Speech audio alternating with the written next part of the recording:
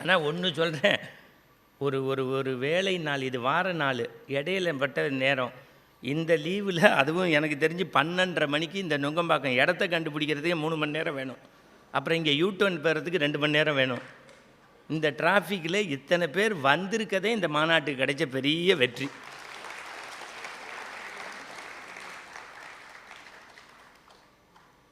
நூறு வருஷத்துக்கு முன்னாடி கல்கத்தாவில் ஒருத்தர் இப்படி தான் கண்மூடி பேசின்னு இருந்தார். ஒரு 350 பேர் முன்னாடி உட்காந்துருந்தாங்க. அப்போ ஒருத்தர் வேகமாக போனார். என்ன பண்ணுற அப்படின்னார். அவர் கண்ணை திறந்தார். காளியோடு பேசின்னு இருக்கேன்னார்.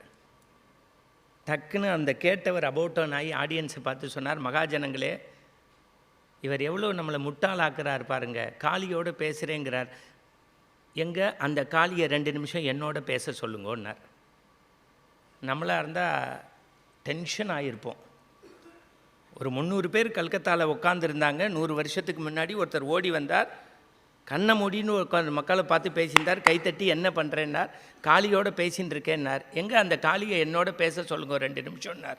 அதுக்கு கண் திறந்தவர் கேட்டார், நீங்கள் என்னன்னார். ஐ ஆம் ஏ டாக்டர்னார். எங்கே உங்கள் கையை என் தலைமையில் வச்சு 2 நிமிஷம் என்னை டாக்டர் ஆக்குங்களேன், உங்கள் கையை என் மேலே வச்சு என்னை 2 நிமிஷம் டாக்டர் ஆக்குங்களேன்னார். அந்த டாக்டர் பதறி சொன்னார், இம்பாசிபிள் அப்படின்னார். ஏன்னார், அதுக்குன்னு சில படிப்பு படிக்கணும்னார்.